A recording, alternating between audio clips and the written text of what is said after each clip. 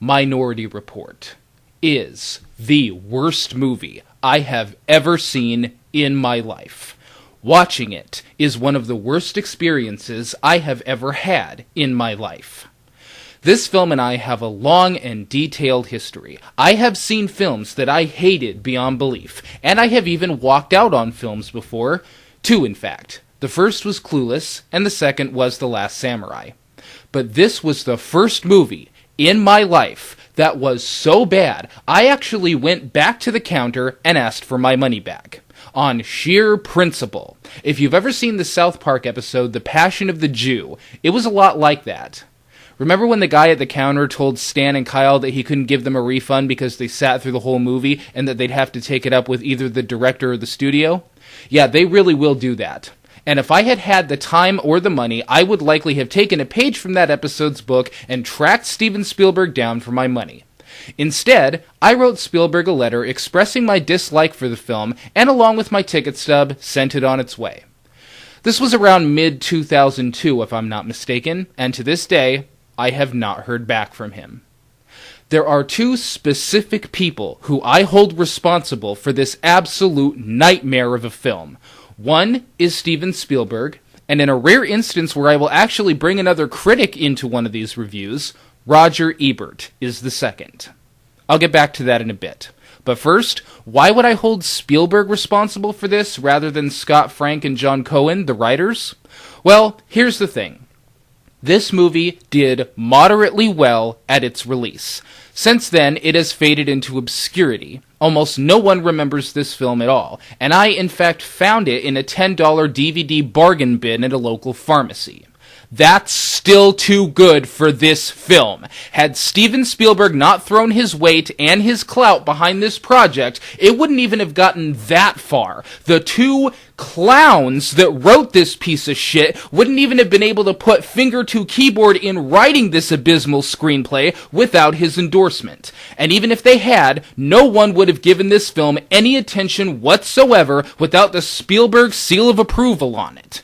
Just as Hitler wouldn't have got as far as he did without Chamberlain, these bozos wouldn't have had a leg to stand on without Spielberg. And yes, I am in fact comparing this movie to Hitler. And it's for that exact reason that I hold the second person responsible for this, Roger Ebert. Granted, Ebert isn't a critic I often agree with anyway. This is, after all, the man who called The Golden Compass a deeper fantasy epic than the Lord of the Rings trilogy. For God's sake. But here, the wound goes deeper. Most critics gave Minority Report generally favorable reviews, which I can forgive. Not Roger. He raved about this film, called it the best film of 2002, and did everything he could to encourage people to see it. This is the most irresponsible act I have ever seen a critic engage in, to deliberately and forcefully encourage people to see a god-awful film. Here is a small audio clip from Roger Ebert's review on The Ebert and Roper Show. This movie is a great movie. This is a brilliant movie. This is one of Spielberg's very best films, and he's a great filmmaker. Right. He puts together science fiction and crime and the personal problems of these people and the vision of this future. He marries special effects with actual practical sets and actual stunts, and he puts it all into a package that absolutely fascinated me from beginning to end. I love this movie. Roger, if you're listening to this, your review should have been this. You know, the great film critic Pauline Kael named her second book Kiss Kiss Bang Bang because those are words she saw on a poster in Italy, and she said, that's the briefest statement I've ever seen of a movie plot. Well, now we've got a briefer one. Movies were more complicated back in the days when they were making deep ones like Kiss Kiss Bang Bang. Run really does describe this movie. He runs from beginning to end, and what disturbed me was the movie makes no attempt to answer the obvious questions of the audience. There are several opportunities in this movie for this guy to get clean away, no problems, he's out of town, they never see him again, but no, he has to stay there and make one mistake after another, one brainless act after another, just in order to set up another sequence. That should have been your review, Roger. That's exactly what this film was. In fact, during the course of my actual review, I will be playing parts of what you just heard to emphasize this point. and in doing so, I will revel in your embarrassment, Roger Ebert. How your own words describing the movie Run perfectly sync up with this movie, and yet this film, which was just as bad as that film, gets 4 stars. You're an idiot. Now let's cut to the chase. The thing that got my go all those years ago about this film is its blatant dishonesty. This is a stupid chase film that was written, directed, and exists solely for the sake of itself. Which wouldn't bother me if it weren't for the fact that the people behind this film are trying to pretend that it's something deeper than that. This movie was sold, marketed, and to some brain-dead critics taken to be a serious look at predetermination as well as religious culture. Now that's about as honest as saying that a Three Stooges film was a drama about Nazi Germany because a guy dressed like Hitler was in the background occasionally.